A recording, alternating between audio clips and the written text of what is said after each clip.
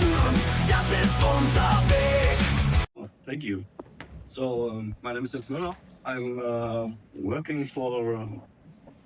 Does it work? How do I get to the next slide? Okay, thanks. I work for a company called Steel Defense.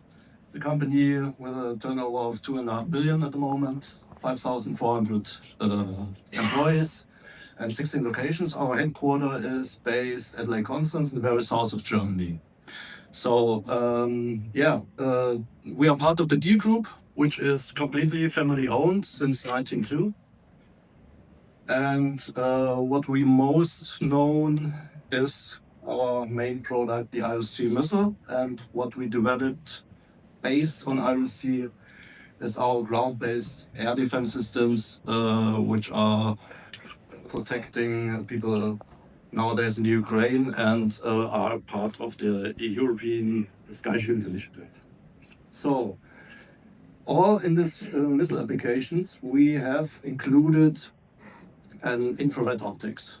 So, and that means we need very good coatings and we need special materials because glass doesn't work. So, and that brings me to a well-known challenge in the community, the lack of germanium. Germanium is a very good infrared material. Here you can see the transmittance curve of this material. And you see it fits to all of the atmospheric windows we have for our applications. So fact is that you can't get it. There are some alternatives, the so-called Caucasianite glasses, like for example here the IRG26 material made from shot. It does require a lot of effort to bring them in charge. And Carlos came to me with a challenge. I should provide a challenge or a question to the EPI community. And one of the main topics with those Caucasianites is durable coatings.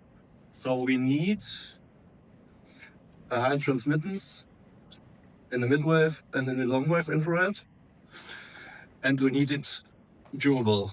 So, and the challenge for the community is that one, it's a generic specification of a coating, wide angle of incidence, humidity, adhesion, solidity, cleanability, temperature range, all according to ISO 1922. And the most challenge I see at the moment is the abrasion. And also, if someone can help to fix that, it will be fine. Thank you.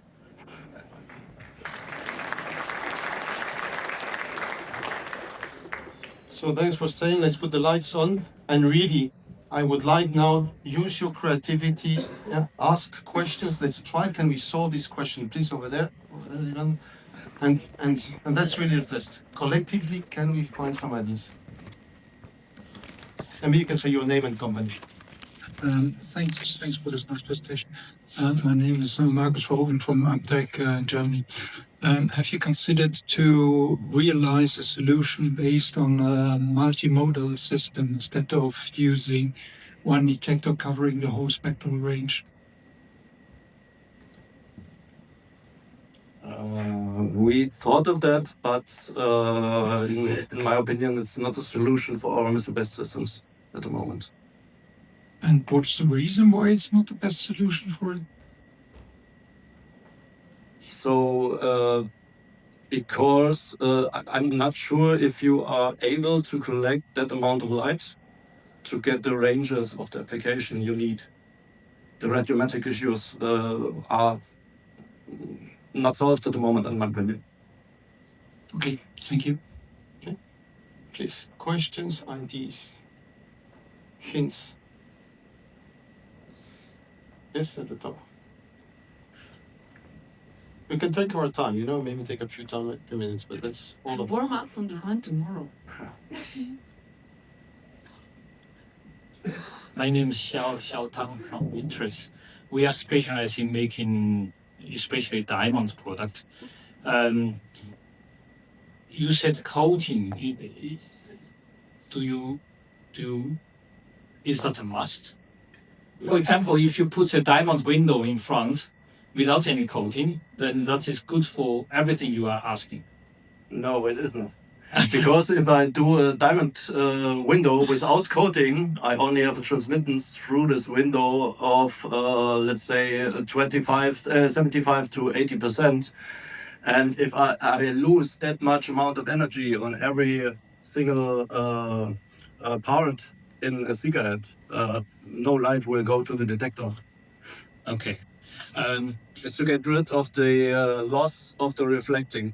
Can you get rid of half of it? For example, inside, of course, you can coat, but outside without coating.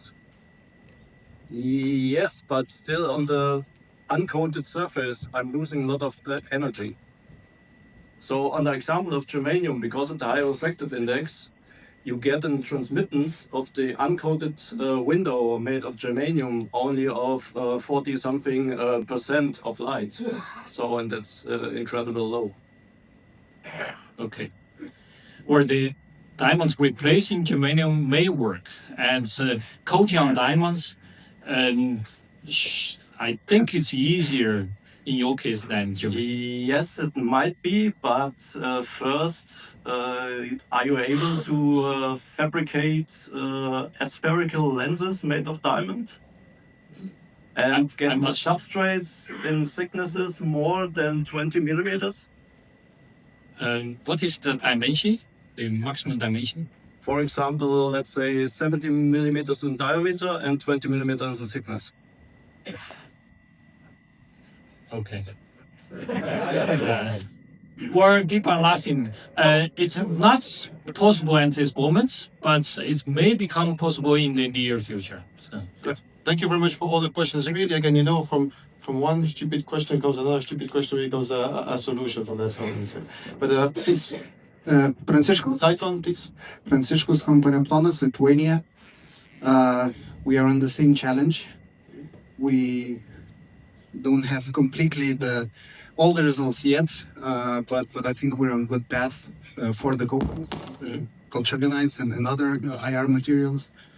So probably we can get in touch and discuss that in more detail. Sure, we should do.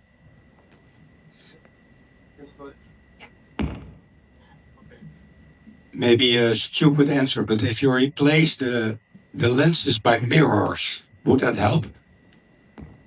Like ASML did in their X-ray machines. Yes, it works. For some cases, yes, but it depends on the space I have. And I'm limited with a mirror system very much in the field of view, for example. Yeah, but then you only need the small lenses, germanium, that's what I mean. Yes, in some cases, yes, and we are doing that, but not for all our applications. So in some cases, we need the lenses still. Something else? You know somebody who would be able to maybe help Jens? Which kind of companies should he reach out to? Yes, please, over there. Which the microphone is gonna come to if you, Anna. Dorota Pawlak, Ensemble 3, we make crystals, but I just sent this to my colleague from Solaris Optics, so that they can check. They make the coatings.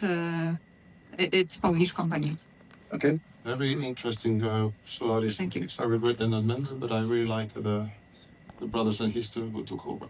Any other question, comments? Again, the epic idea is, do you know somebody who could be? Because, you know, we only have 100 people here, but if you all know 100, that's 10,000. So who should they reach out to?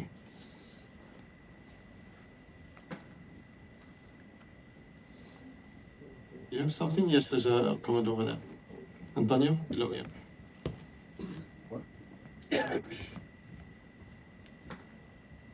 Hello, Marcel Patrashkov with Dopa. So we produce quite a couple of sapphire optics for different applications, and those also need to be coated. And as sapphire is a very hard material, the coating should be as hard or nearly as hard as sapphire. So I know that there are a couple of guys in different fields which we can, afterwards can talk about that. So basically hard coatings on hard materials, and there are some other guys around the planet who you can also source from. but I will share who we are working with. I appreciate it. Thanks. There's the last round to raise your hand. If you have something, would be much appreciated. And what I will ask and work, okay, is Adrian. Because afterwards I will ask you, how satisfied are you? Not now, but you know, in a month, in 3 months, you know, from 1 to 5, how satisfied did we solve it? Yes, Adrian. Yeah, just maybe a stupid question. What's about nanostructural surface? So you don't need any covering anymore. Yes, we think about that things. We have a group working on that. The problem I see with nanostructures is the surface of curvature of a lens, for example. So it makes absolutely sense for applications in the area of the detector, but for lens applications, I don't see it at the moment. So if you have ideas to bring it on a highly curved lens or a spherical mirror, window, whatever, let's talk about it. What is that? Okay. Yes, at the top. Adam. So I would like to get back to the source of the problem, the lack of germanium. I think right now in Europe we don't have any initiative on getting germanium for the different companies, and I haven't heard if any lobbying or any other activities that we could invest in the sources of germanium. We know that some companies are strategically important, but still there is not. We are not well heard that it's not just rare materials or the chips for AI that are critical for our safety, but also germanium. I'll comment on the germanium. Let's thank Jens again. Thank you very much for sharing that. We can prepare the next speaker while I'll comment on the germanium page. Because I want to focus on the technology solution. That's not something we're going to solve over here. But yes, I had to learn about the germanium. There's a company, I reached out to Umicore, and they do recycling of germanium. And then I had to learn about something new. I also like to learn new stuff. So really, they do the recycle of the germanium. I say, how does that work? So companies give you. So it's not going to answer your question, but at least I share how it works.